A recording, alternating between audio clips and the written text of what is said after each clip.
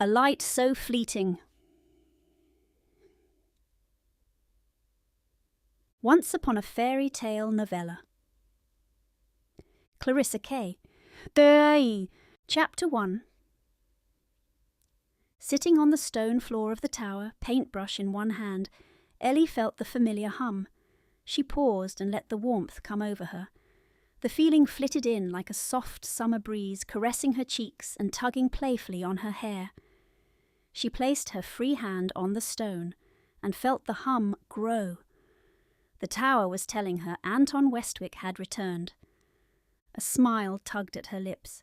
If she closed her eyes, she could almost see him running toward her childhood home. With a shake of her head, she stood. Anton wouldn't run. Heavens, no! He was a dandy, to be sure. He'd urge his horse or carriage to rush over, passing his own house on the way. A quick knock on the door had Ellie turning to see her mother's blue eyes peering in. "Ellie? I'm here." Ellie felt her face flush with excitement. Anton was nearly here. The chills up her neck told her so. Her mother's eyes widened slightly, a knowing look. "Your father and I are taking Daphne and Mr. Ellie stopped listening. Like every time before, her parents disappeared moments before Anton arrived. Several times she'd asked her father if he knew, if he was somehow connected to the tower like her. He would only smile and warn her to be careful with wishes while in the stone room. One thing was certain. The hum, this unmistakable connection to Anton, only existed in the tower. The moment she stepped out of the stone walls, the invisible string was broken, and she was again alone in the world. She wasn't so naive to include Anton in the conversation with her father. That would require her to admit she was alone with a boy, and had been since they were children. Their fathers had grown up together much like Anton and Ellie, but neither family would appreciate a scandal. Ellie was near the shelf, and despite Anton's ability to evade matrimony, his parents had become increasingly vocal of his dereliction of familial duty. "Ellie!" Her mother's voice called her back to the present. "Are you all right?" "Yes," she said quickly. Too quickly. "Wool gathering again?" Mrs. Hughes' eyes sparkled with humour. She nodded to the canvas painting propped against the wall and came fully into the room. "I see you've been to another continent today." "I hope it's as he's described it." "I'm sure it is just as Anton's written." Mrs. Hughes clasped her hands in front of her. Her blonde hair had faded with strands of silver weaving along her temple. Her smooth skin and wide smile had made her quite the prize when she was young, but she'd chosen Ellie's father, a ginger-haired man who hid the massive pimple and pock scars under his beard. Ellie's hand went to her cheek. She would give anything to hide her own pitted marks. A veil could only do so much. Her mother's eyes widened. Ellie dropped her hand. She didn't need pity. Ellie needed only her friend, the one person who made her forget the marks across her face. Touching the seam of her neckline, her face burned. Her scars were hidden along more than just her face. "Your father is hoping to plan a hunt during the wedding." Mrs. Hughes' gaze flicked away at wedding. She'd done it time and again while planning weddings for Ellie's other siblings. "You can look me in the eye, Mother. Weddings do not make me sad."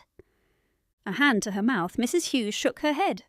"I didn't mean—" Rushing to comfort her mother, Ellie added, "I'm quite all right, Mother. I promise." "It will soon be your turn." Mrs. Hughes tucked her chin as she spoke. The lie hung in the air between. Ellie was firmly on the shelf as a spinster. Her mother had borne 3 children by the time she'd reached Ellie's age. Mrs. Hughes squeezed her daughter's hand. "We'll return soon." With one more loving glance, Ellie's mother left. Just as the door closed, the hum began again, sweeping up her neck and pawing at the tendrils of her hair.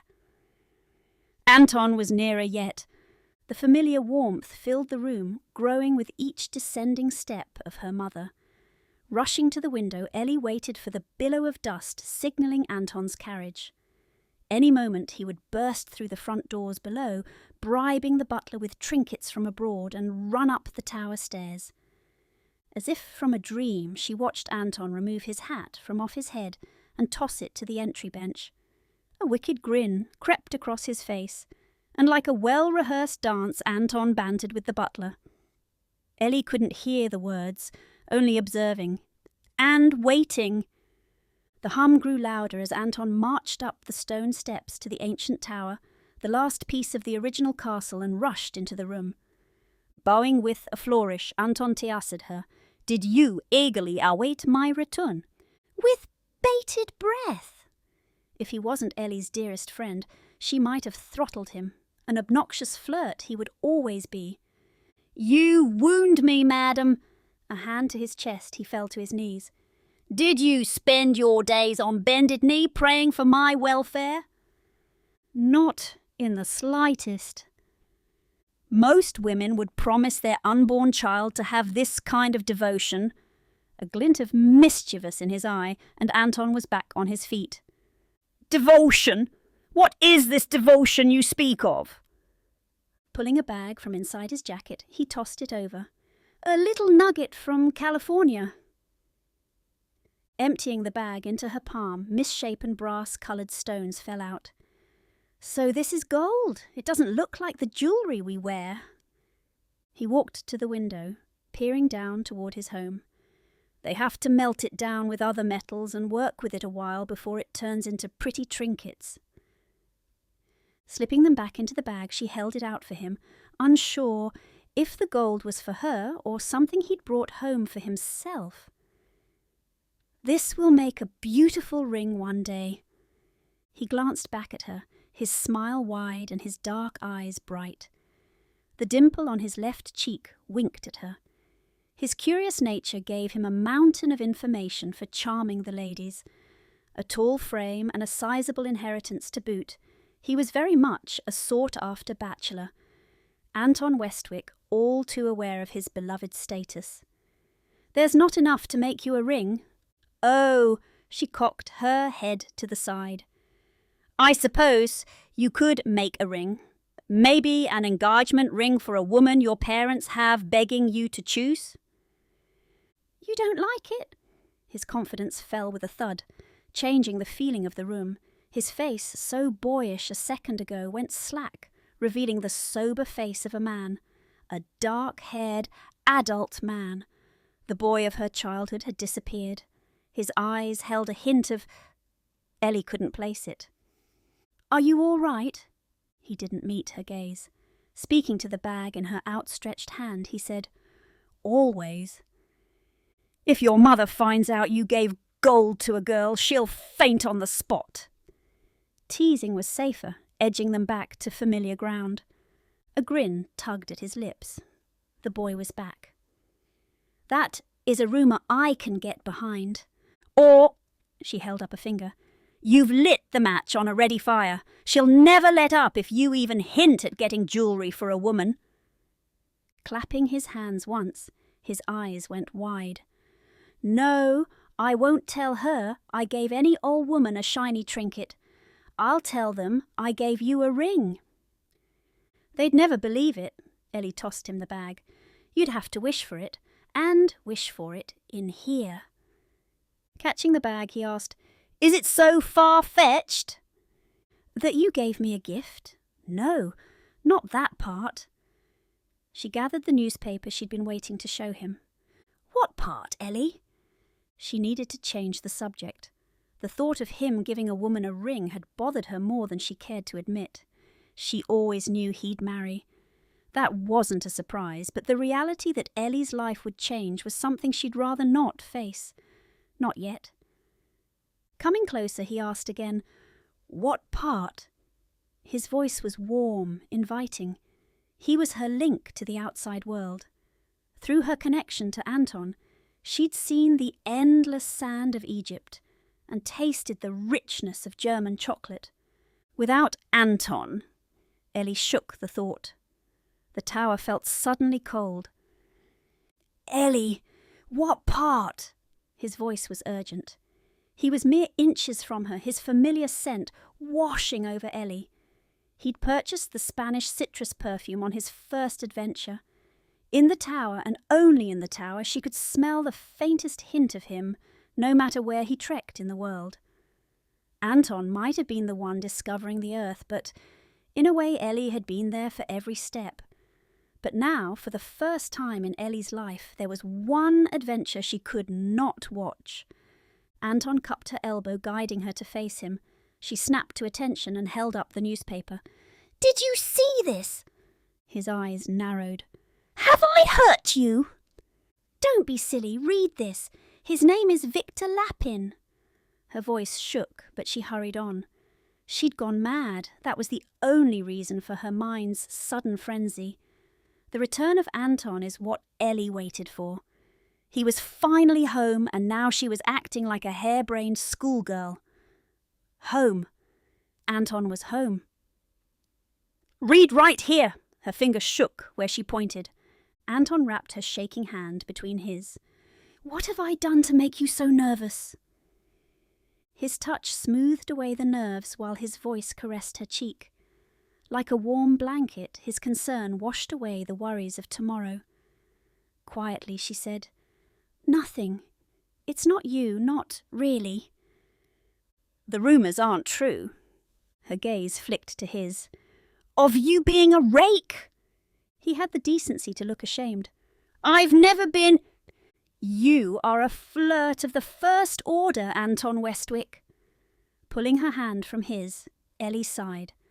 "But no, you are not a rake. And no, I do not believe the rumours that you've collected more broken hearts than England has ever seen." "But you—" "Ah, fine." "Ellie?" He folded his arms and squared his stance. "I've known you all your life. Tell me what is troubling you." "You've not been yourself either." He reached for her hand and whispered, "Please." "You're going to give gold to Somoon else," Ellie blurted out. She reeved her handbow in embers vend. "You're going to marry, and you'll give thou Savu a gold ring." His mouth fell open, his eyes staring at her. He took a step back. "And who am I marrying?" "Not now." Ellie felt the flush crept up her neck. Anton might be foolish, and despite his wandering nature, he was born to inescapable traditions and privilege. "You will marry. Sooner or later you'll marry. And I'll be alone." She swallowed the words. She couldn't speak them, not in the tower. These stone walls turned fleeting light into paintings and wishes into reality. Being alone wasn't an adventure Ellie was ready for. "Ellie, don't!" She held up a hand to him and returned her focus to the newspaper. "A Mr. Victor Lapin has set London ablaze. He's on a moral crusade against the ton. Right here, read here. He's talking about how we no longer look inward for beauty." "I won't marry!" Anton was at her side, his eyes taking her in. She looked away. They'd known each other too long. He'd decipher her thoughts before she could understand them herself.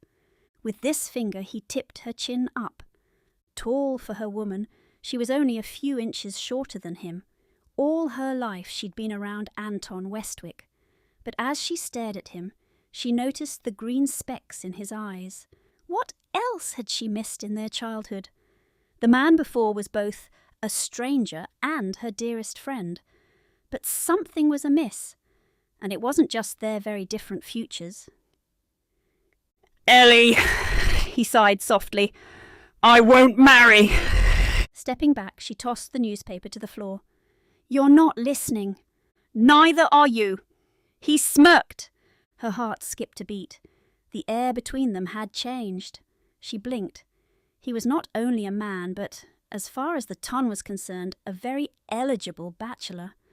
A rush of impending loneliness came over her. Turning from him, she folded her arms. Her siblings had all married, save one who was on the cusp of becoming a wife. Growing up was not such a foreign idea, And yet here she was, surprised by an impending future. "We could have our own adventure," Anton ventured, his voice unsure. "We could be in Spain by the week's end. Just you and me." "Unless you plan to marry my sister," an idea her fiancé might argue with. "We cannot travel as brother, as sister. Despite what our fathers believe, we are not, in actuality, family." With each word a dread filled her belly. "Ellie, what is wrong?" He pulled her around, his eyes filled with worry. "Why so melancholy? Did something happen? Are you unwell?" His hand went to her forehead, chasing every thought from her mind.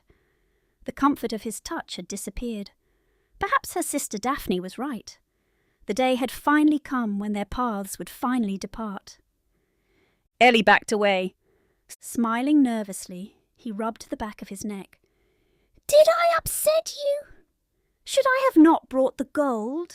It is an odd gift, I suppose. I just thought... Dash it all, I don't know what I thought. I don't know what I'm thinking now. I'm rambling like a fool, Ellie. What is wrong? Did I not write enough? Did I write too much?" He began pacing. "I'll make it right, Ellie. I promise. I just don't know what... I want my own adventure!" Her mouth fell open. She'd spoken her desire out loud. In the tower. Anton's eyes went wide. His face slowly shifted back to the mischievous grin she'd known all her life. "And what adventure would you like?" Her mind blanked. Her tiny world was made up of her family and the Westwick's estate. Like a soft blanket, her family and friends had shielded her from the harsh society. The anger surged again. She was tired of hiding. If Anton could gallivant about the 7 seas, then why couldn't she? She was an unmarried woman, and her pock-marked skin drew unnecessary attention. She groaned and leaned against the wall. "I suppose to be like every other woman my age. Normal." "Normal is boring." Anton stepped in front of her, mirroring her stance, shoulder into the stone. "You, my dear, are not boring." "Or apparently normal." His smile grew, only to dim after a beat. "Are you truly lonely here?" She shrugged, worried her voice would catch. Perhaps she was truly mad after all. "I'd thought..." His gaze flicked to the floor. "I just thought you never wanted to leave." If this, she pointed to her face, didn't horrify society, I'd never been held captive in the tower. His brow furrowed. "Held captive?" Closing her eyes briefly, she said, "I would ride in Hyde Park without abandon, go to dances and behave so scandalously the gossips would clutch their pearls and faint on sight." "Clutch their pearls?" Anton smirked. "I do believe I can deliver on a scandal." Chapter 2. Grinning like a Cheshire cat, Anton readied himself for his mother's shrewd greeted as he left the Hughes estate. Mrs. Westwick barely tolerated Anton's travels abroad, but her disdain for her son's avoidance of matrimony was his worst offence. Glancing back at the Hughes residence, he felt a growing unease. This was the only place that tempted, beckoned him to return to his native country. The back half of the house was a castle, complete with a stone tower, while the front was remodeled to the more modern Georgian architecture. Anton had spent the last year travelling the world, much to his mother's chagrin. She believed he was carousing and gambling away his inheritance. The less she knew, the better. Only a few short minutes and Anton was entering his own childhood home, passing the Hughes carriage on his way. "And so, the prodigal son arrives at last," his eldest brother drawled in the entryway. "To think I nearly missed your triumphant return."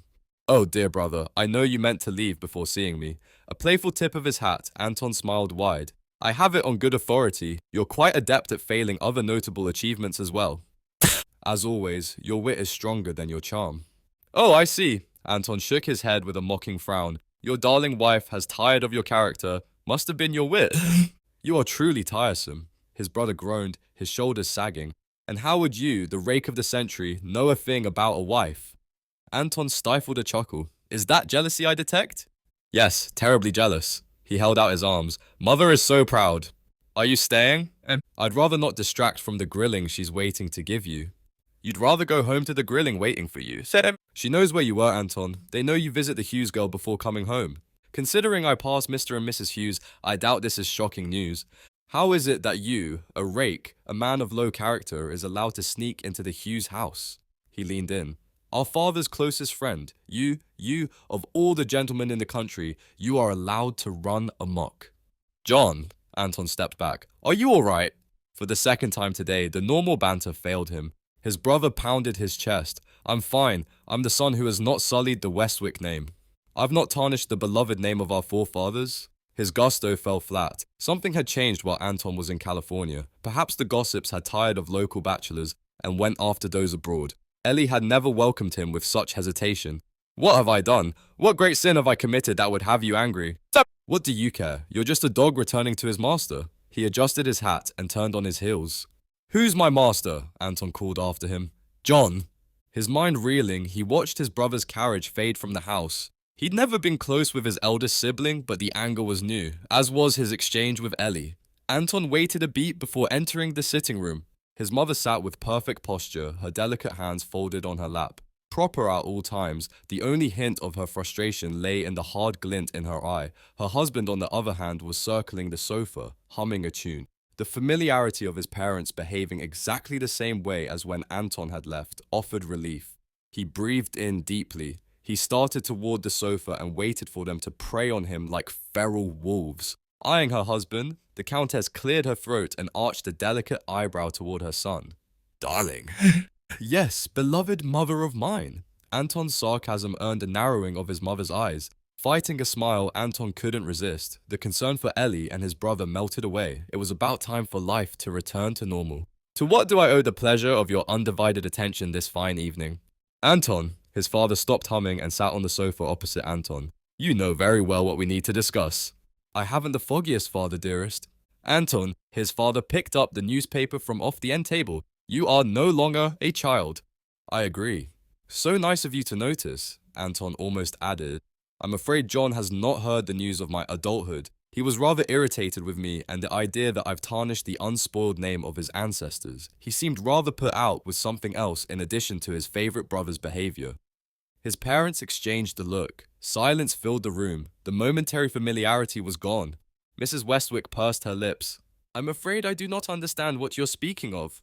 Is John well? Anton held up a finger. Better question. Has London gone mad in my absence? That is my boy. His father folded the newspaper and tapped it against the sofa cushion. Concerned about his family and his country while he is travelling.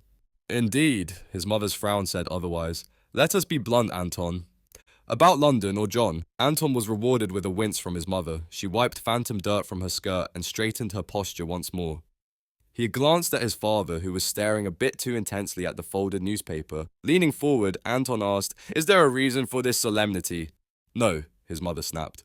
Father! Anton slowly stood up, his gaze flicking between his parents. What has happened to everyone? Neither parent spoke up. The Hughes were here tonight. A chill went up his spine. Ellie's behavior had been off. She'd wanted an adventure, out of nowhere. Not once had she given the smallest hint of yearning for life outside the tower, yet today she'd blurted it. She'd complained of loneliness and convinced Anton would marry, and marry soon. Is Ellie sick? Is John... Please do not distract from the problem at hand, Anton.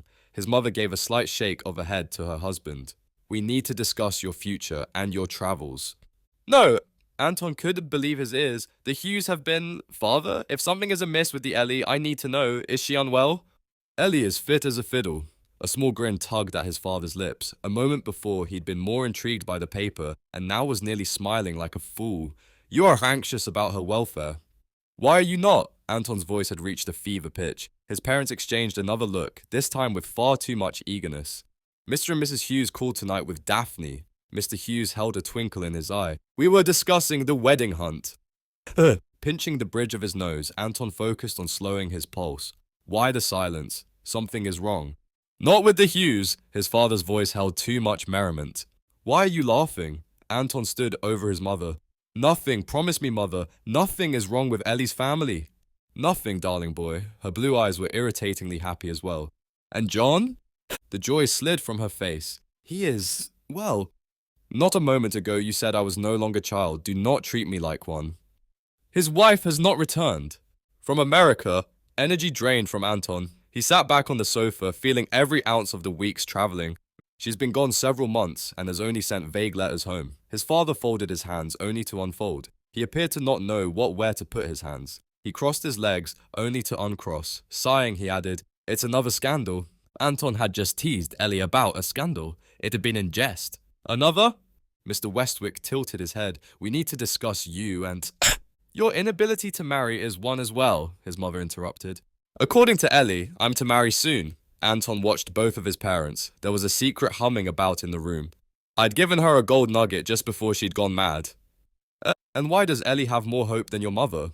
The worry in his mother's eyes melted away. "Is there something else at play here?" Anton wiped his face. "What has happened in my absence?" His parents exchanged another look. Holding up a finger, Anton shook his head. "What does that mean? That look?" "Just concern for our son." His father leaned forward, his elbows on his knees. "Or rather sons. Are you concerned I'll marry and be miserable like John, or not married at all?"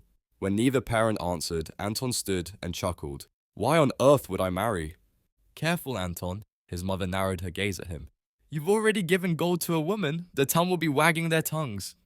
Anton shrugged. "Bits of gold aren't that different from brushes or paints." "And how did she react?" Mrs. Westwick patted her hair. "She said I'll marry." "You give a spinster gifts every time you return and she's not asked for a commitment." She pinched her nose. "How can you toy with her? She's the daughter of our dearest..." "Toy with her?" Anton stood with a snap. He'd never hurt Ellie. They'd confessed too many wishes in the tower together to ever injure each other. "I've done no such thing. We've been friends since infancy. You both made sure of that. Our families being close, that's your doing. Toy with her?" "Anton." His father stood and patted his son's shoulder. "It's different if you're a woman. You can move about as you wish. Unless she marries, and I doubt she'll risk being out in society again, she'll never leave her family home." "You sound as if her future is made for her, and it's nothing but misery." Anton tugged at his collar. Guilt had crept in. "I've not locked her in the tower. She loves it there, or rather loved it." "Loved it?" Mrs. Westwick pursed her lips. "Anton, be careful. You two are no longer children. If you are determined to never marry, be gentle. She could harbour a tundra for you. It would be cruel to keep her waiting." "She's never thought of me in that light." Rubbing his neck, he paced between the sofas. In truth, he'd never thought of her in any light. Eleanor Hughes had been his longest and dearest friend in the world. Nothing would change that. "She is worried she'll left alone in the tower. I didn't know she was so miserable." "Your brother said almost exactly that," his mother teased. "The men in our family seem to be unaware of the woman's plight." Anton scoffed. "And what is the woman's plight?"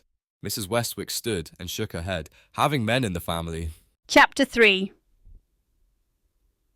Watching her parents in the living room, Ellie's stomach growled, revealing how little she'd eaten for breakfast. She'd been far too distracted.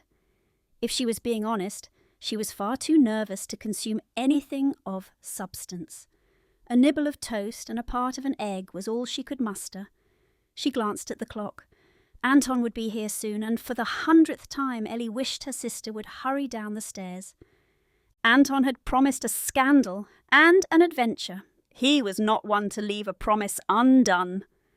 Ellie hadn't dared breathe a word of last night's visit in the tower around her parents. They'd arrived with a knowing smile, but Anton wasn't discussed. The visits never were. It was a well-known secret that Ellie and Anton were thick as thieves, siblings even. The thought once brought a smile to her face. She touched her lips. Now it only brought a frown. Folding her hands in her lap, Ellie felt as awkward on her own sofa as she had last night. Something was amiss with Anton, or perhaps she was the one who was out of sorts. For once, and only this once, Ellie wished she had developed her sister Daphne's appetite for gossip. She, along with her friends, knew the details of every bachelor, Anton included. From their eye colour to their favourite horse, the circle of eager young misses could report on the nation's potential new husbands better than the nation's spy network. Ellie had never bothered. Daphne rushed down the stairs, her blonde curls bouncing with each step. A slight tilt of Ellie's head had Daphne headed her way. Ellie! When did your little rake leave last night? Daphne asked with a grin. He's not mine. But he is a rake! Daphne pulled her sister to a stand. Or do you prefer outrageous flirt? Arm in arm, Ellie pulled her sister through the sunroom to the gardens. Not with me. I'm his closest friend, not a conquest. Patting her sister's hand, Daphne said, He runs home to you like a good little pet. He's not my pet, Daphne, Ellie sighed. Have you finally tired of your little dance? I think he's tired of it. Elbowing Daphne, Ellie shook her head. He wasn't himself last night, and neither was I. Mr. Anton Westwick has left a string of broken hearts across the 7 seas. I doubt you are the one that's tired him. Ellie shrugged. Something is amiss. Something? Daphne giggled as they rounded the courtyard. Your friendship, the tower, every moment you and Anton share is amiss. Why trouble yourself with your oddities now? I do not know. Ellie shouldn't have been bothered. According to the ton, he would flirt with anything with a skirt. While the gossips listened for details of Anton's next great escapade, he was busy writing down his quests for Ellie. The tigers of India, the gold mining in California, or the sands of Africa. No matter the deed, Anton returned with a flourish to the Hughes residence.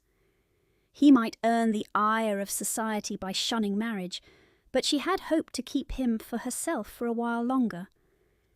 Are you truly bothered? Daphne's face turned serious, her blue eyes filling with concern.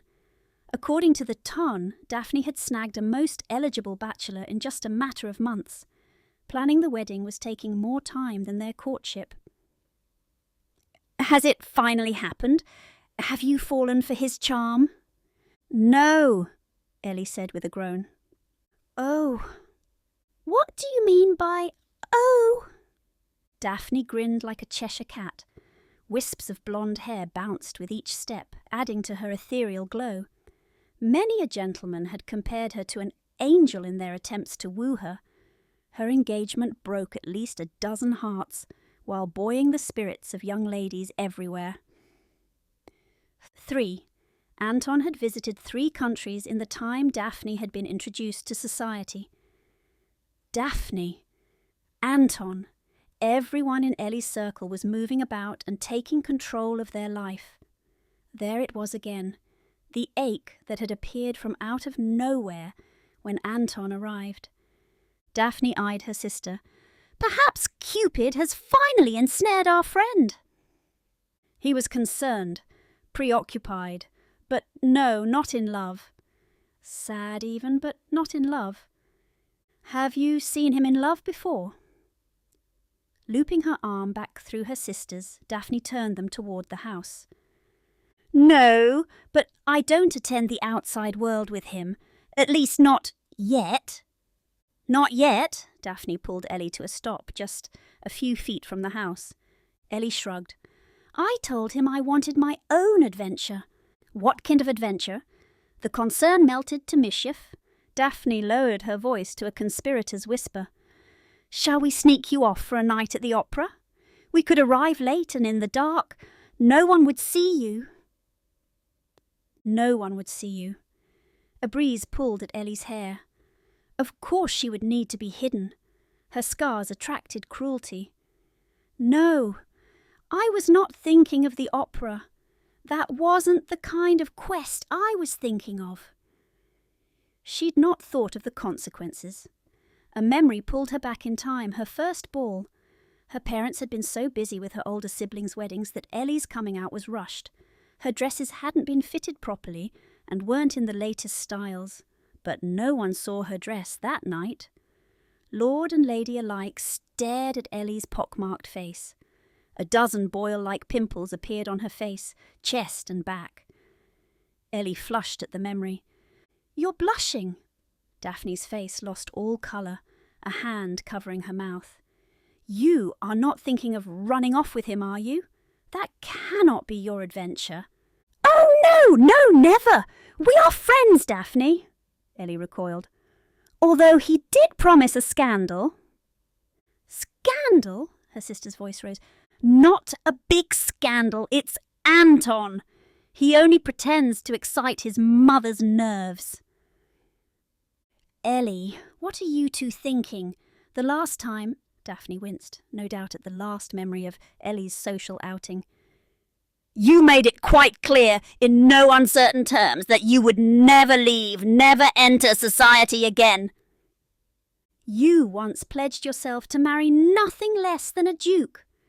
Before Daphne could respond, Ellie added, Can I not also change my mind?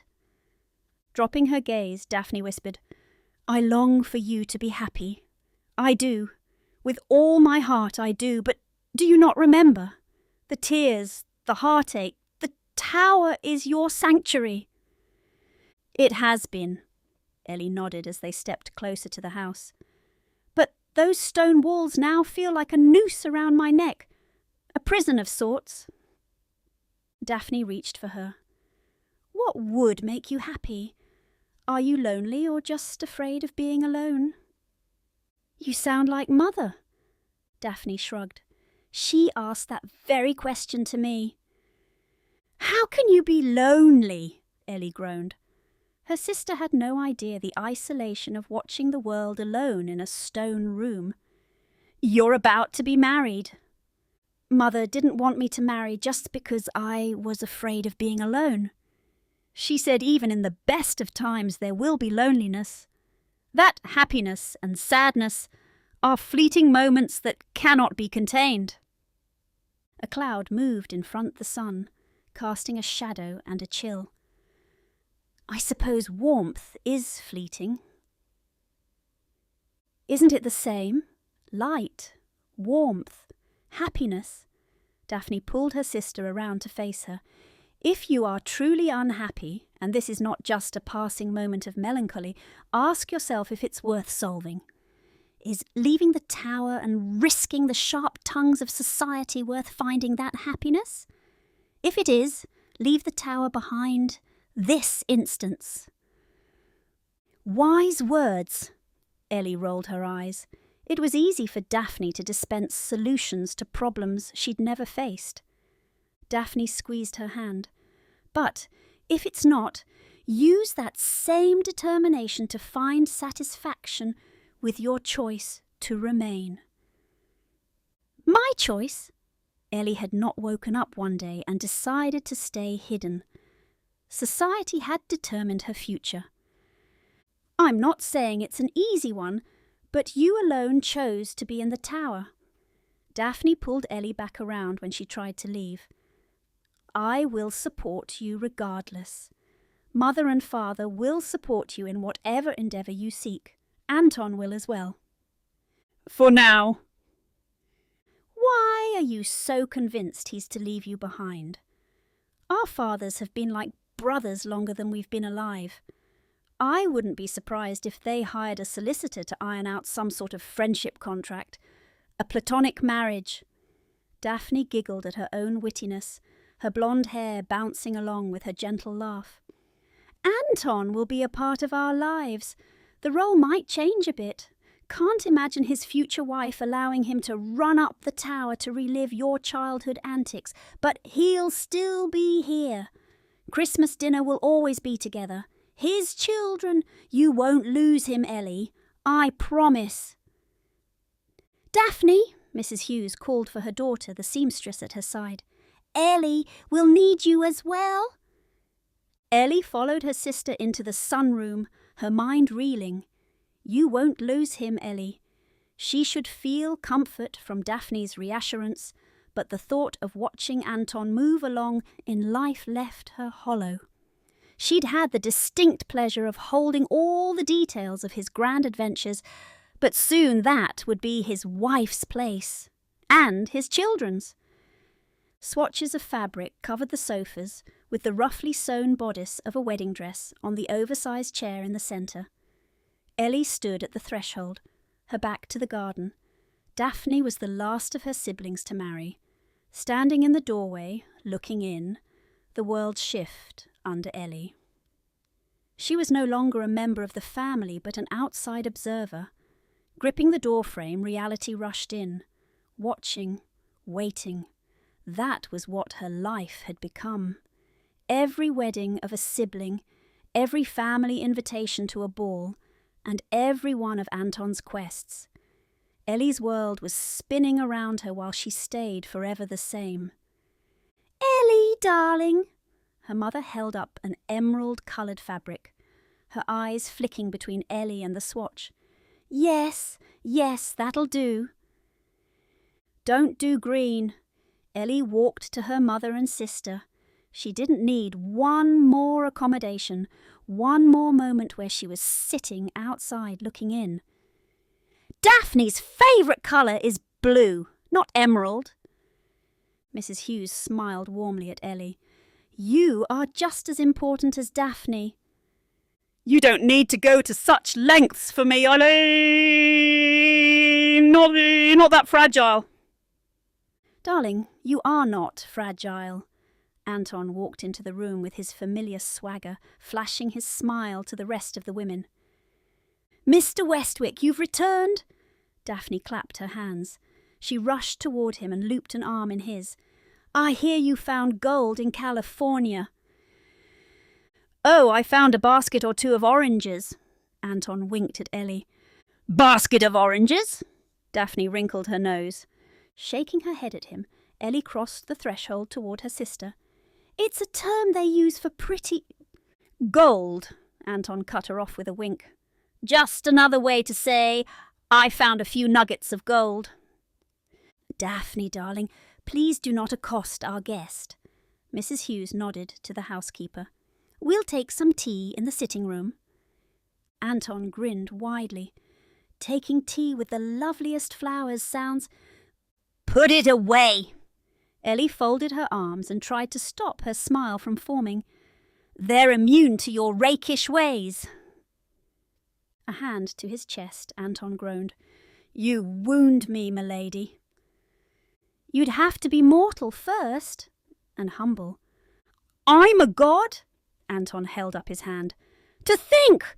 All this time I thought I was a mere mortal." Daphne giggled. "According to certain circles, you are as unreachable as a god." "A god?" Anton caught Ellie's gaze, his brow furrowing. "I'm Hercules, then? The god of travel?" Ellie pinched the bridge of her nose. For a man so well-travelled, he was massively underread. "Hermes? Of course she would know the name of the god." Daphne rolled her eyes. "He's been to every country and she's read every book." She's read every book. That was the rub. Ellie's life consisted of reading or painting adventures, but never having her own. "Not today." Anton playfully tugged at one of her strands. "I do believe we have a scandal and an adventure to attend to." "Scandal?" Mrs. Hughes raised her eyebrows. Ellie held up a hand. "He is only teasing." "Only about the scandal. The adventure is still on the docket." Anton winked at her mother. Folding a swatch over her arm, Mrs. Hughes asked, "Oh, and what adventure is to be had? A ride in Hyde Park? And perhaps an iced sweet." Her mother stepped forward, a hand on Ellie's shoulder. "A ride? In Hyde Park? Today? During the day?" "Isn't it a beautiful day for a ride?" Anton offered his elbow to Ellie. "It'll be a scandal as well.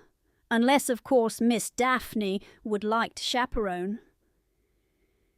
"Is there a reason you're courting scandal?" her mother asked, a slight hesitation in her voice.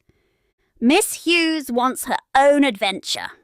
Anton bowed with a flourish. "And I plan to deliver many a quest while I'm here." "While I'm here." Ellie felt every word. He was leaving again. His continual travels weren't a secret, but she felt the weight of them all the same.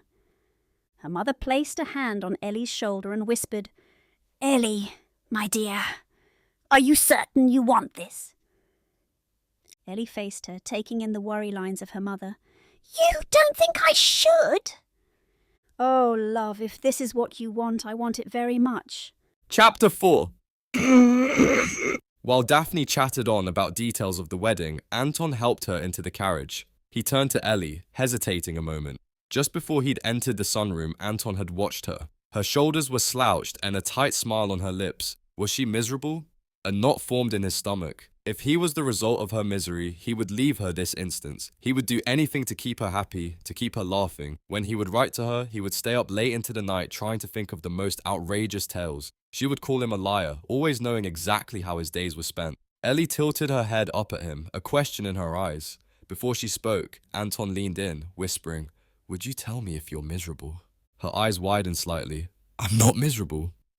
His heart sank. Reaching for her hand, he said softly, "That wasn't the question." He helped her into the carriage and sat opposite the sisters. Anton could reach across and tickle Ellie's knee or pull on her hair like he'd done 1,000 times before, but as he looked at her, she felt miles away. Just a few days before, Anton was on a ship in the middle of the ocean slowly making his way home. He'd felt Ellie beside him, feeling the salty breeze on his face with him, but here, in London, a gulf had opened up between them. He needed to bridge the gap, and soon. Anton couldn't be Anton without Ellie. "Yes?" Daphne looked between them as the carriage pulled away from the drive. Ellie blinked. "Yes, for what?" "If you two need some privacy, I'm more than happy to get lost in a shop. Ribbons, an ice treat." "No," Ellie and Anton said. Daphne narrowed her gaze. "Interesting." "There is nothing of note happening." Ellie sighed and pointed to a newsboy on the corner of the park entrance. "Except for the papers." Daphne elbowed her sister. "And what new rumour is being said about our friend?" She glanced at Anton. He held up his hands. "Not me. I've not been around a woman in ages." Daphne made a show of distress, whispering loudly to her sister. "He does know we are women, does he not?" "You know what I mean, Miss Daphne." Her eyes wide, Daphne covered her mouth, feigning shock. "Just not eligible women, that is what you mean." "You are betrothed," Anton chuckled, only to stop with one look at Ellie. She wasn't joining in the teasing, her gaze on her lap. "But Ellie is not." Daphne looped her arm in her sister's and batted her eyelashes up at her. "And you are very much a woman." Tucking her chin, Ellie turned her face away from Daphne. Anton reached for her. She recoiled from both. "Stop. Just stop." Daphne straightened her posture but leveled Anton with a glare. He mouthed, "What did I do?" Daphne had been the one to hurt Ellie, not Anton. Although he wasn't entirely certain why, Ellie's feelings were bruised. She'd professed several times over the years she'd never marry. He leaned forward, careful not to touch her. "Is that the adventure you want, to be an eligible woman?" "No," Ellie answered too quickly. Daphne scoffed. "Every woman wants to be desired by men." Ellie ducked her head as another carriage passed them. "I am not every woman." Anton waved a greeting to another carriage while speaking to Ellie. "No, you are not every woman. You are..." The words didn't come. He didn't know what Ellie was, nor, if he was being honest, did he know where she began and he ended. His life had consisted of Ellie and Anton. She is what? Daphne leaned forward, resting her chin in her hand with a suspiciously innocent face. "Nothing." He leaned back. Daphne would have to find another toy to play with. He wanted to mend the space between he and Ellie, not widen the gap. "Mr. Westwick!" A carriage with two brunette ladies waved at him. Sidling up Anton's carriage, they said, What a fortuitous day, a chance reunion with Mr. Westwick." Daphne nodded. "Good to see you again." She gave a slight shake to her sister. Daphne didn't recognize them either. "You have the advantage of me." Anton glanced around for their chaperones, but they appeared to be out and about on their own. "You seem to know who I am, but please accept my apologies. I cannot recall your names." The slightly older one placed a hand to her chest. "I am Mrs. Smythe." She nodded to the woman next to her. "And this is my sister, Miss Charity." Miss Charity leaned over and batted her eyes. She had to be all of 15 years of age. "We met you at the art gallery in Southampton, Mr. Westwick." "Oh, I remember now." He hadn't the foggiest idea of who they were, but he'd been to nearly every gallery in the world hauling Ellie's paintings. His gaze flicked to her. She perked up, her posture straightening. "I believe Southampton displayed the Cirque de Gavanerie in France." Miss Charity's brow furrowed.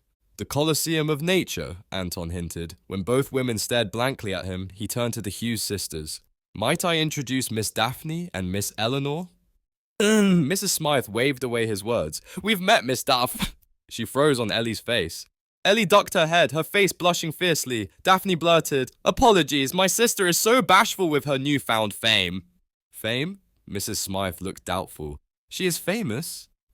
She is my favourite artist. Anton spoke to the brunette, but his eyes were focused on Ellie. Why on earth had she become so bashful? She was quiet, he knew that, but what would cause her to shrink in front of him? She painted Cirque de Gavanerie. "Are you attending Landon's ball?" Miss Charity batted her eyelashes at him. Subtlety was not her talent. "I would so love to share a quadrille." "Charity," her sister levelled her with a glare. "Good day, ladies." Anton sat back against the carriage. "Are you all right, Ellie?" "I'm fine." Her severe blush said otherwise. "Your veil covers most of it." Daphne rubbed her sister's arm. "They couldn't see your scars." "I'm across from you and I can't see them." In truth, he'd not noticed them for ages, but even now he saw the curve of her lip and the curl of her auburn hair, not an old blemish. "You are a kind, Anton. Ellie, look it away." "I'm honest." The fact she didn't believe him struck a nerve. "Is this the only reason you've stayed in the tower?" Ellie didn't respond, and one look from Daphne told him to drop the subject. A small crowd on the sidewalk caught his eye. A live man stood in the middle of the growing crowd, his stance uneasy. "That's your man, Ellie," Daphne squealed. Leaning over her sister, she waved her arm and shouted, "Mr. Lippin! Mr. Victor Lippin!" The man turned toward her and gave an answering nod. "Have you gone mad?" Ellie snapped at her. "Mother would hang you for your lack of decorum. You're no better than Miss Charity." "Oh, so Anton can promise a scandal, but I'm prohibited." Raising her voice again, Daphne called out, "Do join us, Monsieur Lippin." "Heaven help me!" Anton groaned and had the carriage halted. Ellie's hand shot out, grabbing his arm. "Anton!" Daphne tisked, "My lack of decorum? I do believe you are in public. Would he not be Mr. Westwick to you?" Ellie's hand snapped back, her cheeks flushing once more. Anton paused for a moment and took in the sight of her deep red curls framing her face, her hazel eyes filled with uncertainty. He held out his hand to touch her, but froze at the sight of Daphne's smug smile. "Blast it!" He scrambled out of the carriage to the sidewalk. That blue-eyed minx was up to some sort of mischief. He marched over, watching the lithe frame of the great Miss Lippin. Ellie had become enamored with his words, which for some unknown reason furthered Anton's annoyance. The man had his hat hung low and an impish smile on his face. His clothes were smartly tailored. Despite Mr. Lippin's criticism of the ton, the quality of the fabric and leather of his shoes spoke of the same class he judged. Extending his hand, Anton offered, "Mr. Lippin, might we have the pleasure of your company?" "Mr. Westwick?" A woman chuckled next to Anton. Mr. Lippin straightened and adjusted his hat. "The travelling man?" "The very same." Anton marched back to the carriage, wondering how the day had turned sour. As both men climbed in, Daphne clapped her hands like an eager schoolgirl. "Oh, Mr. Lippin, thank you for joining us." Ellie tucked her head, allowing the short veil of her hat to cover most of her face. The slight motion had widened the gulf between them. While Daphne chittered away like a hummingbird, Anton wanted to toss both the poet and the blonde from the carriage. He'd wanted to spend the day out under the sun with Ellie. The day had begun with such hope only to be dashed. Anton was to leave in a fortnight, and he'd hoped to spend every spare moment with Ellie. It was their usual dance before he'd leave again. We were planning on going for a sweet treat. Daphne patted her sister's leg. "This is my sister Eleanor. She adores your poetry." "Daphne!" Ellie warned. "Oh, don't be modest." Beaming at her sister, Daphne whispered loudly, "You might have seen her work." "Oh." Mr. Lippin's posture was rigid, and although he leaned forward toward both siblings, he never glanced toward Ellie. "Do you write?" "She paints." Daphne beamed as if she'd been the artist, not her sister.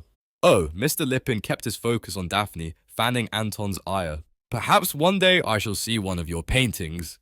Wiping his face, Anton flashed a glare at the man to his left. "Ellie's in every major museum, in 5 countries. Mr. Lippin eyed him. "Apologies." "Do not apologize to me." Anton rolled his eyes. "Apologize to her." He raised his eyebrows. "I meant no disrespect to your woman." "My woman?" Anton pulled at his cravat. "You are not betrothed?" "It's a common mistake." Daphne waved away the poet's words. "Our fathers are childhood friends, close as brothers, and these two have taken on the mantle of our family tradition to be close as siblings. But worry not, they forget themselves every now and again. I, however, still address him as Mr. Westwick." "Ah, I see." Mr. Lippin didn't so much as spare a glance at Ellie during Daphne's little speech. Are you planning on attending Landon's ball this weekend? Daphne asked, but before he could answer, she turned to Anton. Your mother has already confirmed your attendance. Do not worry, Ellie. She cut herself off and placed her focus back on the poet. It'll be wonderful if you came. Anton fidgeted as he watched his friend. Ellie seemed to fade farther away in front of him, folding into herself. Could Daphne not see her sister was struggling, or worse, that the dull Mr. Lippin was rudely ignoring Ellie? Ah, there it is. Daphne clapped her hands together as the carriage neared the ice treat store. The minx was entirely too dramatic. Perhaps Anton should have left her at home. Today was supposed to be the start of a grand adventure for Ellie, not an imperial disappointment. Come, Lippin, will you show Ellie and I your favourite ice treat? Without looking at either woman, the poet asked, and what flavour do you prefer? She loves chocolate, Daphne answered for Ellie. Anton grunted at the lie. How would you know what she likes? Ignoring him, Daphne faced Mr. Lippin. Would you mind helping my sister out of the carriage? I completely forgot that I need to ask Mr. Westwick's plans for the wedding hunt. It'll only take a moment. Her face flushed at the lie. What are you doing? Ellie hissed. Pulling her sister's hand out toward the poet, Daphne smiled, her expression feigning innocence. You're heaven sent, Mr. Lippin. Thank you.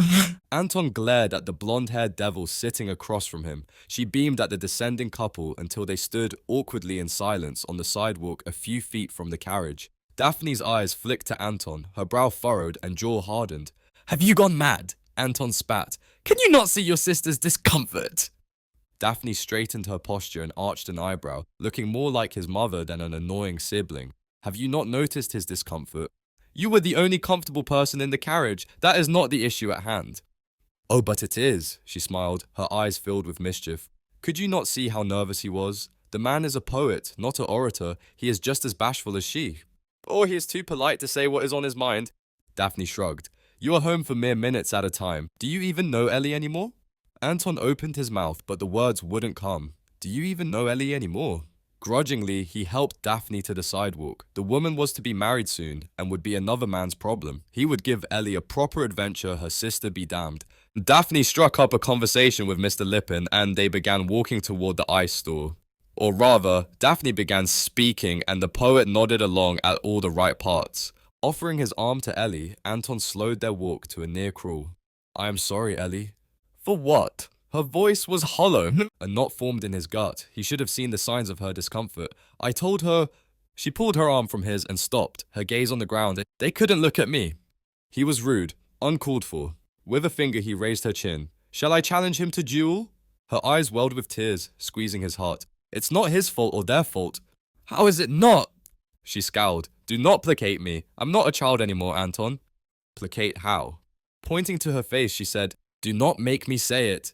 Say what? She shook her head and left him on the sidewalk.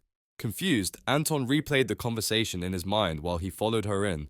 She couldn't possibly mean the pock scars. They'd faded away and were not the society leprosy Ellie believed them to be. She had always been shy around strangers. That was the true reason she hid up in the tower. Years ago, she had the same skin affliction as her father, but that was gone. Only the faded marks littered her face. It wasn't a disease one could catch. Dumbly, he followed everyone inside while Daphne ordered for everyone. Ellie hadn't mentioned her scars in years. He rubbed the bridge of his nose. Was she still embarrassed by her first season? He leaned against the counter watching her, the delicate tip of her nose and the way the sun danced along her hair. Mr. Lippin nodded along to whatever Daphne said while Anton felt a growing anger. How could Mr. Lippin, a full-blooded male, not be enthralled, completely consumed with the woman in front of him? Ellie was a sight to behold, and he'd not even spoken to her yet. If Mr. Lippin would but put down his pride and speak to Ellie, he would be proposing by dinner. Proposing. Anton shook the thought. Ellie marrying didn't sit well with him. To be fair, marriage in general was an uncomfortable topic for Anton. He'd assumed life would continue forever the way it was. He would learn of the world and come home to Ellie and share his findings. There was no reason to change a life so perfect. Mr. Lippin guided the women to a table and helped Ellie sit, the cad. Anton groaned and marched to the table. He would be the one to make sure Ellie was taken care of, not some damnable poet. Chapter 5. The ice treat shop was teeming with the upper cusp of London society. Ellie fidgeted with her hat, her heart pounding in her chest. She could hear every word, every whisper, every breath taken in the store. Her gratitude for Daphne ordering for her had quickly been dashed as they sat at a table and every young lady and gentleman called out her name. "Miss Hughes, how is the day going?" another lady cried out, her hands reaching for Daphne. "Are you going to Landon's ball tomorrow night?" "Of course," Daphne squealed back. Ellie pulled at the lace and prayed her face was covered. She was mad. That was the only explanation she could think of for wanting her own adventure. She wished they'd stayed in the safety of the carriage. There were far too many voices and not enough space for Ellie to breathe. How was Daphne so at ease? Her laugh came often and her eyes crinkled with joy. "And who is this?" The lady reached for Ellie, her expression warm, kind. "My sister!" Daphne clapped her hands. Ellie winced. Her sister was perpetually the loudest in the room. Ellie wanted an adventure, not a spotlight. "Eleanor, do you remember my friend Lilibet, don't you? Oh, can you believe—" Ellie couldn't focus on her sister's words, her mind consumed, waiting for the inevitable cruelty. She gently pulled her hand from Lilibet's grasp. "That hat is truly lovely." Lilibet dipped down, forcing Ellie to meet her gaze. "Almost as lovely as your painting in Devonshire." "Devonshire?" Ellie couldn't remember which painting Anton had taken. "Yes, the oil painting of cotton fields in America, yes?" Lilibet's eyes flicked to Daphne, who appeared just as confused. Daphne had no idea just how many paintings Ellie had given Anton to distribute. Ellie had wanted a piece of her to travel the world, even if she never would. "E.M. Hughes was the artist. I assumed you were one in the same. Daphne's told me of your work. I've wanted to visit where you create your masterpieces, but—" Lilibet jabbed her thumb in Daphne's direction. "She insists you need your privacy to work. I hear it's a tower. Is that true?" "Yes," Ellie said dumbly. A hand to her mouth, Lilibet whispered, "Isn't it grand that all those critics think you're a man? I've read every editorial. Therese 100 Theorias." "Oh, yeah." Ellie winced, hearing herself. She hadn't meant the subterfuge. It had been a quiet signature at the bottom of her first canvas. A blush crept up her neck. She prayed her face wasn't as flushed. She'd spent her life hidden away in a tower because of her scars. Had she been wrong to hide from the almighty Tun? Could she have been wrong? Or had society begun to soften? Gathering courage, she asked, "Do you know why they think it's a man?" Lilibet shrugged. "All I know is that I think you're a clever girl, keeping society on their toes." She winked at Ellie and waved to another woman across the store. Before leaving, she nodded a farewell to both sisters. "You have a painting in Devonshire." Daphne pulled her sister close, handing her the chocolate ice treat. "Is this why you're comfortable leaving the house now?" "Comfortable?" Ellie shook her head as Anton and the poet filled the other seats around the table. "I do not know if I will ever be comfortable around the Tun." "Even if you're a renowned artist?" Daphne asked loudly, probably for Mr. Lippin's benefit, Elle assumed. "Anton, you had to have known about Ellie's painting in Devonshire. Where else is she celebrated?" Anton's eyes were on Ellie, questioning her. She'd given him her paintings to show the world, but they'd never discussed the secrecy or recognition. Perhaps Lilibet was right in her assumption that if the world knew who was behind the paintings, the art would no longer be appreciated. While Ellie's paintings were hung in the family home and shown off to every visitor, Ellie never had the chance to tell someone else about her and Anton's plans. Although Ellie never asked how or where he'd had the art placed, she now thought better of being in the dark. "My sister loved to sketch." Mr. Lippin sat back, his spoon dangling in his hand. "She is quite talented, but then again I am rather biased." The discomfort Ellie had been feeling began to fall away. Daphne was called to another table and met with hugs and gossip. I mean, she had to do something to chase away the boredom. The poor dear complained her life was anything but riveting. He glanced at Ellie, his eyes lingering a bit too long at her cheek. Ellie's face flushed once more. But I cannot pretend to know the mind of a woman, regardless of her age. But your poetry. The unease faded to the back of Ellie's mind.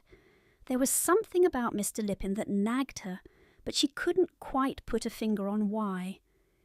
You speak of the inner beauty of a soul, specifically women, and the obsession with the physical, the outward beauty. You wrote as if you've interviewed many a woman. Art is abstract. Mr. Lippin's voice was low and calm and utterly impossible to decipher. He flitted between stoic and almost melancholy. Especially in literature. With his spoon, Anton attacked his ice treat with a fervour more suited to a duel than a dessert.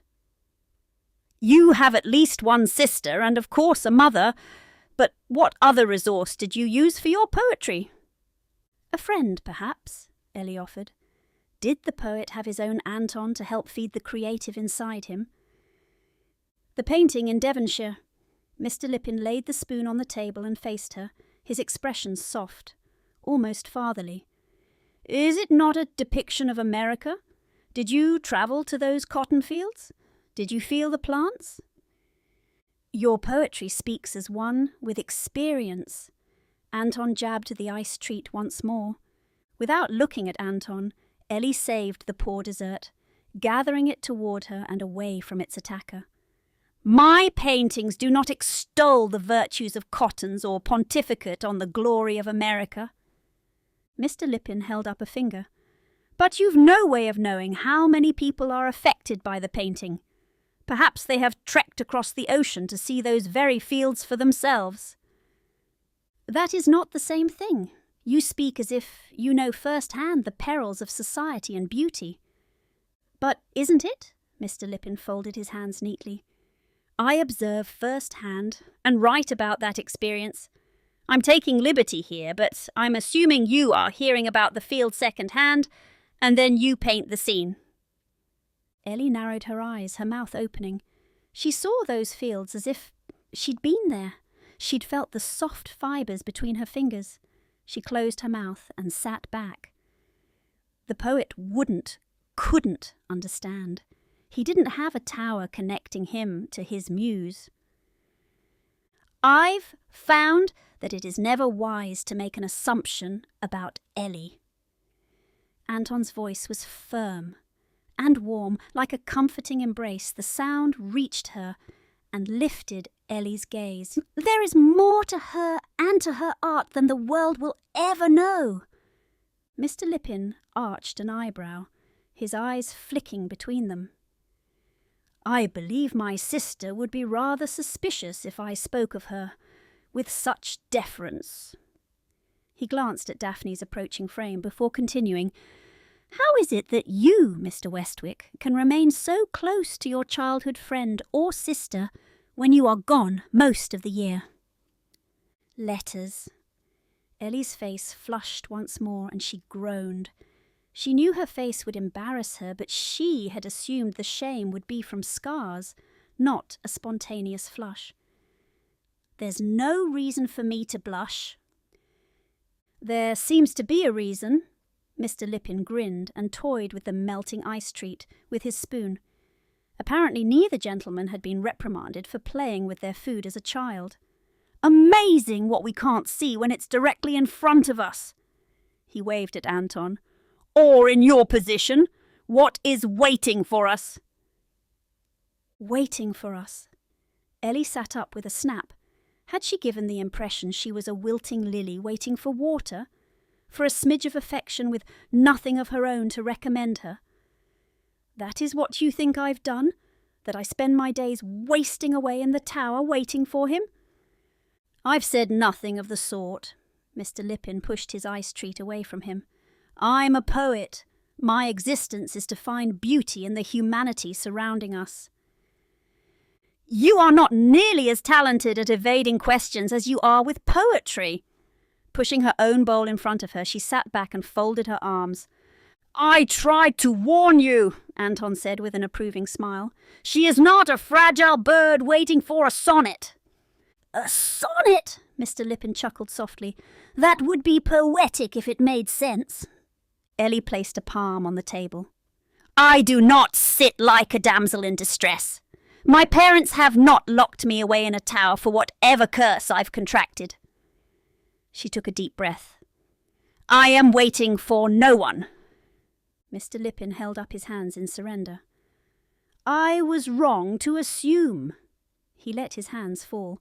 "But think of the romantic element." He playfully chuffed Anton's shoulder. "A dashing man of intrigue travels the world returning home to his beloved." "A dashing man of intrigue?" Ellie covered her mouth, surprised at the giggle that escaped. "He's returning home under duress, not for a beloved."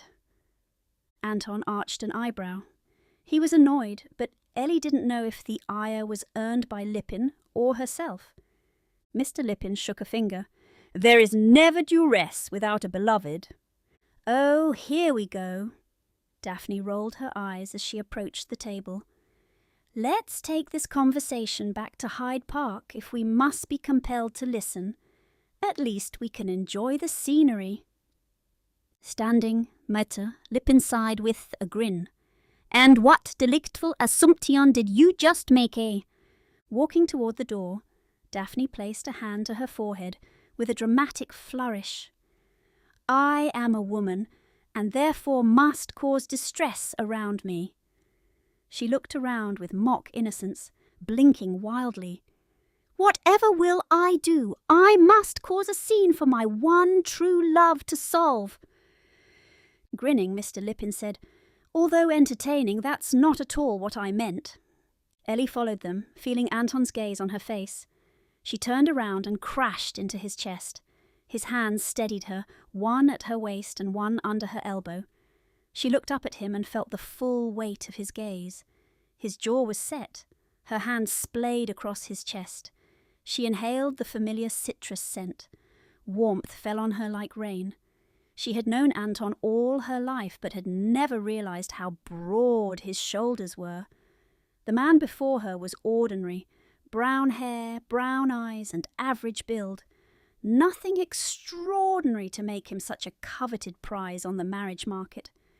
He leaned his face toward, his eyes searching hers. If she leaned in, would he recoil?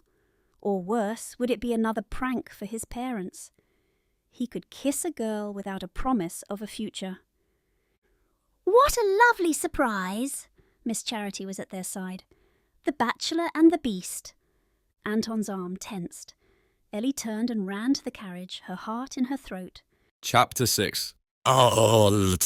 Anton hesitated on the top step of the tower. Yesterday had been a complete and utter disaster. Daphne chittered away, and Lippin the great and terrible poet pontificated the merits of love and courting. Every word out of their mouths confirmed to Anton that he should stay an eternal bachelor. He only prayed Ellie felt the same way. A few times Anton had been nervous that Lippin was sweet on her, but thankfully after his vocal cords warmed up, Lippin just liked hearing the sound of his voice. Anton's hand was raised but felt strange, knocking on a door he'd normally bound through. His family had come for dinner, and as usual, he arrived ahead of the party, but she hadn't been waiting for him in the garden or in the sunroom. He normally only snuck to the tower when he returned home. Anton wasn't that passionate about creating a scandal, despite the tempting image of his mother clutching her pearls. For the first time in his life, Anton wondered if he was welcome in the tower or if he just assumed Ellie wanted him near. The familiar warmth that grew with each step in the tower was nowhere to be found. The night felt empty and out of sorts, as if the magic of the tower had somehow been dispelled. He shook the thought. The unease was more than this one and only moment. Last night he'd lay on his bed for hours wondering what was happening between them, and no matter how long he toyed with the emotional knot, he couldn't untangle it. "I can practically hear you thinking," Ellie called from inside the room. Anton stepped inside, and the worry of yesterday melted away. Like the sun after a storm, he was filled with the light of the tower. Canvases, paints, and brushes were scattered about the room just as they should be. "You've been busy." He came to her side and instantly regretted it. She'd begun sketching the scene at the ice shop, prepping for the painting overlay. Daphne's expression was both youthful and motherly, an accurate depiction of Ellie's younger sister, while Mr. Verreppen was far more handsome in the sketch than in person, and yet she'd found each and every one of Anton's frown lines. You've only got my frame done, and wait, you've sketched the entire table but only 3 chairs. Why are you not at the table? She only shrugged and began putting away her pencils. I'm an observer. You sound like that drab poet. Mimicking Lipin, he added, I'm a poet. Art is abstract. My opinion is the only one that matters here. Ellie smirked. My oh my, Anton, I've not heard that much disdain in quite a while. Like a schoolboy, his shoulders sunk. He backed up against the wall and slid to the floor. If his mother could see him wearing such a formal outfit on a stone floor, she'd expire on sight. Lipin is nothing but a bore. Yes, but an accurate bore. In what way? Anton scoffed. The man's a fool, and speaking of fools, I've been sent to fetch you for dinner. She untied her apron and stood over him, her hand extended. Then be a good boy and let's go down. He held out a hand and caught the puffiness in her eyes. She'd been crying. Are you all right? I'm not mad if that's what you mean. She didn't meet his gaze but kept her hand out. You know that's not what I meant. He took her hand but stood on his own. She started backing away, but he gently held firm. Are you happy here, in the tower? Yes. Leah. Her gaze flicked to his. Why ask if you think you've already got the answer? Was Lipin right? His thumb instinctively made circles on her hand. Despite the gossips, he was not the rake they'd painted him to be. A flirt, absolutely. But there in that moment with the sun flitting in and her red hair winking at him, he realized there had only ever been one girl. Do you sit here and wait with resentment? Regret? Anton, she warned and pulled her hand back. You don't have to wait for me, Ellie, you say, he said softly. It's my fault. She marched to the door. What I do with my life, or rather what I don't do, is entirely, I didn't realize how it affected you. The knot in his chest loosened. He was on the right track. I should have taken you with me. You should be out there exploring the world, tasting, touching, feeling it all, not cooped up in here. Clouds covered the sun, darkening the room for a moment. You're more than this tower. You deserve to be out there. Walking toward the door, her shoulders sank. It's not safe out there. I belong in here. Mr. Lipin is wrong. She turned around. Didn't you hear what she said? Daphne? No, never mind. You only hear what you want to hear, just like you only see what you want to see. She rubbed the bridge of her nose and sighed. I appreciate your kindness, but it has to stop. What has to stop? The knot twisted and hardened. He dived into the wrong pond somewhere in the conversation. What has to stop? This. Her lip trembled. You can't baby me anymore. I don't need your pity. I know what I look like. I know what I am. This is where I belong. And so do I. Anton, I was here when you said your wish. She began pacing, her voice shaky. I wish to always be connected no matter where your travels took you. And you. She inhaled sharply. You wish to never find a fault with me. I don't understand what is causing this, whatever this is. I've never found fault with you, wish or not. You're my... He didn't know what Ellie was to him. Wishes said in the tower come true. They always do. Every painting created here is beloved by all. Why? Because I wished it so years ago. You never encounter danger on your travels because of your wishes, and we are only fond of each other because our fathers wished for us to be. What are you saying? That it's time, Anton. It's time to let go of our wishes and be free. She inhaled sharply. It's time for you to stop coming to the tower and pretending that this can go on forever. Wishes aren't real. If that were true, everyone who's ever set foot in the tower would be a king. The joke fell flat. Or immortal, you decide. Thank you for being my dearest friend, Anton. Ellie, don't. She shook her head and ran out the door. Ellie! He chased after her, his pulse racing. What are you doing? She didn't answer, but quickened her pace. She was at the bottom step before he caught up to her. He went to grab her and froze. Mr. Lipin stood a few feet from Ellie, surrounded by Daphne, her fiancée, and another woman. The poet stepped to the side with a hand out saying, Let me introduce my sister, Miss Grace Lipin. Miss Lipin came to his side, her dark green eyes taking in the room. She gave a polite curtsy offering, Thank you for the invitation. Anton glared at Daphne, who appeared to be looking anywhere but him. That blasted woman had purposely invited Lipin. She somehow enjoyed the tension. Anton's parents wouldn't know what a poet was if he'd shouted in their faces. Ellie's parents were far too consumed in wedding plans to invite a half-wit over for a casual Thursday night dinner. The blame for the intrusion lay squarely on Daphne's shoulders. She'd interrupted Anton's plans for the day with Lipin, and now was commandeering the family dinner. "Anton," Ellie whispered, pulling his thoughts back to her instead of the tortuous sister. Louder, Ellie said, "Excuse him, he's distracted today. He would be delighted to tell you of India, or any other country for that matter." Blast, of course Anton hadn't been listening. He'd been too consumed with his own misfortune. It wasn't Miss Lipin's fault she had a bore of a brother. In truth, neither sibling deserved to be ensnared in whatever game Daphne had hatched. Anton nodded. "Pardon me, Miss Lipin, you love to travel?"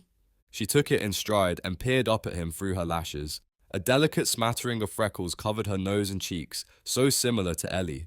Where Miss Lipin had shiny dark hair and eyes as dark as coal, Ellie had rich red hair with green eyes sprinkled with blue flecks. Miss Lipin smirked as she took him in. "I do, although I doubt I'll ever grace quite as many thresholds as you." Her tone was deceptively light, but her barb landed true. "Grace," her brother warned. He stuck out his hand. "Apologies, she usually has tact and decorum. It's good to see you again, Westwick." Miss Lipin's eyes darkened at her brother. She curtsied once more with mock deference. "So terribly sorry to ask of your travels. I'll wait to respond when spoken to." "Grace," Mr. Lipin hissed. "That's enough." Watching the poor brother struggle with his sister made Lipin a touch too human. Anton's opinion of the arrogant poet thawed. Anton stepped forward. "It's my fault, Lipin. She was speaking and I didn't hear a word of it. I gave the first offense." Her eyes widened slightly before she recovered. She opened her mouth to speak when Ellie offered, "Come with me, Miss Lipin." Arm in arm, the 12 ladies walked toward the dining room, where the rest of the families were gathering. "Miss Eleanor is more talkative here," Lipin eyed Anton. "More relaxed, to be sure." That's the only version of Ellie I've ever known. Her words from the tower echoed in his ears. The knot in his chest twisted once more. He didn't pity Ellie. He couldn't. She was everything he'd ever known and all he ever wanted to know. "You are leaving soon?" Lipin said as both men followed everyone to the dining room. Anton pulled at his cravat. The bloody thing felt suddenly tight. "I don't know if I should." "Because of Miss Eleanor?" With the same smirk as his sister, Lipin asked, "Mischief?" That's mischief in his eye. "She's not given you permission to leave." "She's never asked me to stay." The words tumbled out. Anton had never thought about leaving her any more than he thought about leaving England in general. He assumed she would always be here, be home. But his future would never be whole without her as his anchor. "You are quite devoted, and shall I say, a one-woman man for a rake." "Never claimed to be a rake." Anton had only ever admitted to being a flirt. He would appease his mother and attend a few balls. A few polite dances here and there, but Anton had never given anyone a second glance. Mr. Lipin chuckled beside him. "How did you receive the reputation of a rake?" Anton shrugged. "I suppose I should feel badly about my behavior, but I have never called on a lady, never spoke more than a few sentences. Except your Miss Eleanor. She is not mine." "Yeah, there was the arrogance again as if Mr. Lipin Knelov and Peopla Morifan Anyone Else. She does not wish to be mine." She had said as much earlier, but Anton couldn't bear to accept her words. "She believes I pity her." "Ah," Lipin nodded. "Because of her scars." "Her scars?" Anton remembered Ellie crying after her first ball. He'd mistakenly thought he'd stepped on her shoes one too many times like he had during their dance lessons.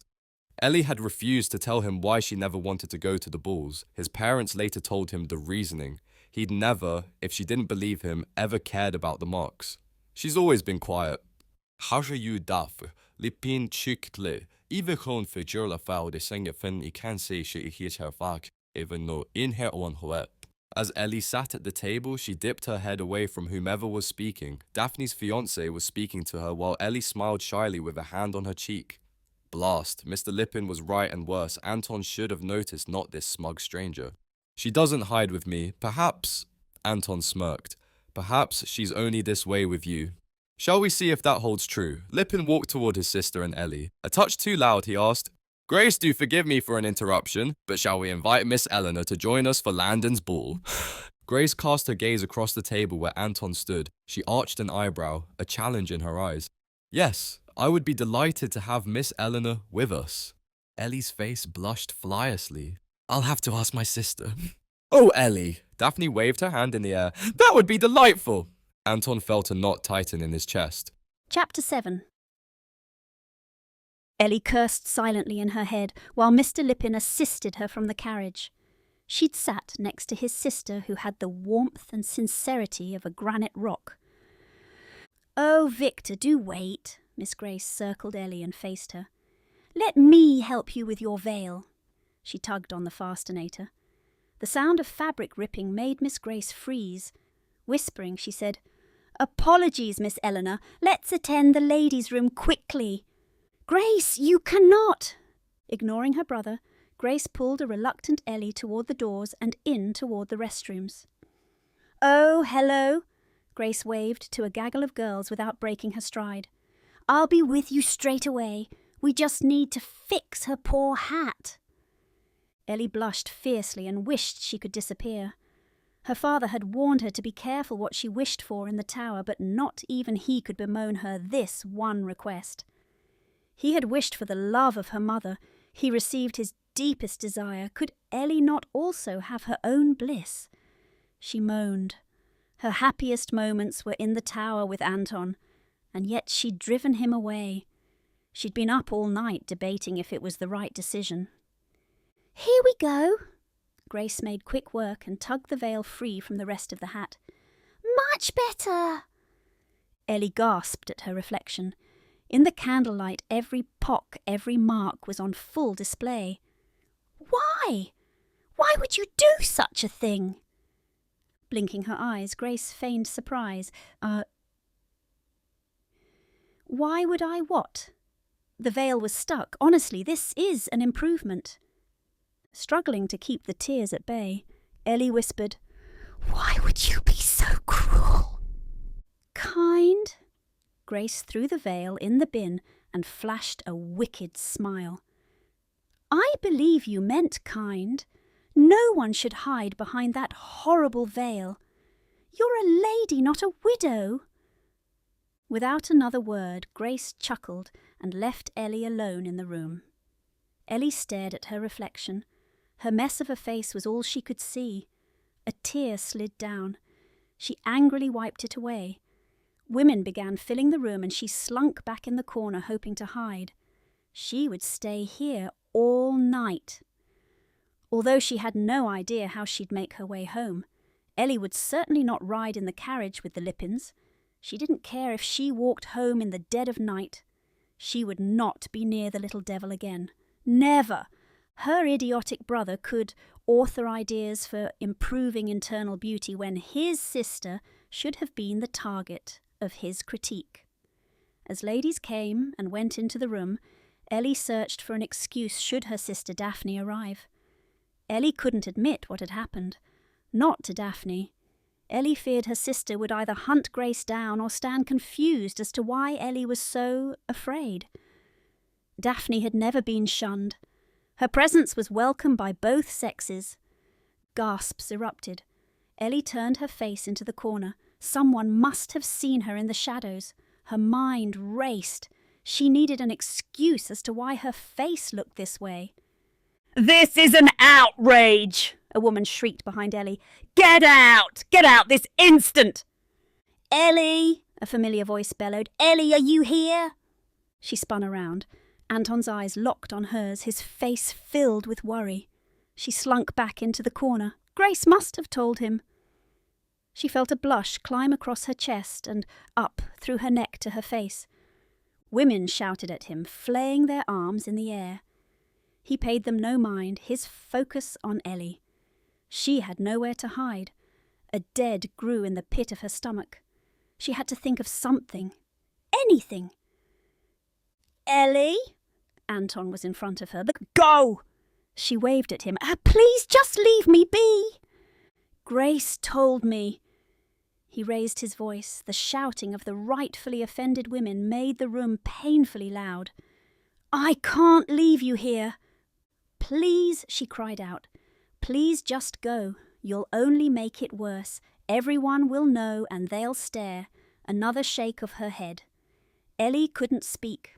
She just needed to get home and stay away from society. Never again. "Oh, love, I'm not leaving without you." The room went quiet in an instant. Whispers of ricocheted in the room, verifying that this man was indeed the bachelor Anton Westwick.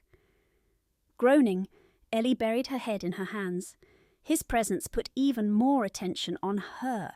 He was the very man most of the ladies yearned for. Her heart broke. One thing became clear in the shadows of the room. He would always arrive with a flourish, and Ellie would always be alone in the dark. A tear fell down her cheek. Angrily, she wiped it away and circled him, keeping just out of his reach.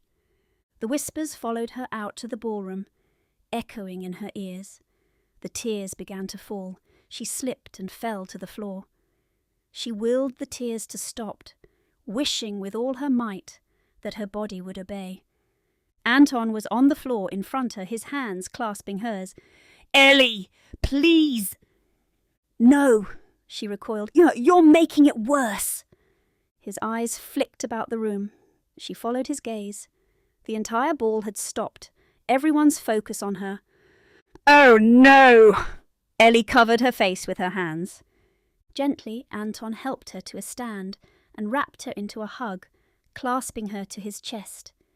He whispered in her ear, "Breathe, Ellie. Just breathe." "I just wanted an adventure. I didn't want this."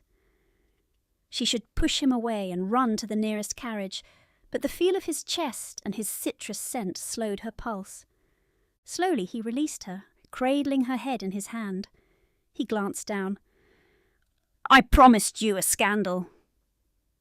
Oh, the last few minutes replayed in her head. Anton had snuck into the ladies' room. "Oh!" A wicked grin crept across his face. "I'm not done!" "What?" Anton leaned in, another round of gasps. He brushed his lips against hers. She inhaled sharply.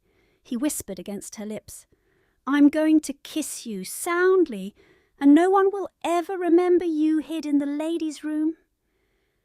"No." He froze, the smile falling from his face. I thought... I am sorry, of course. I am only a brother to you."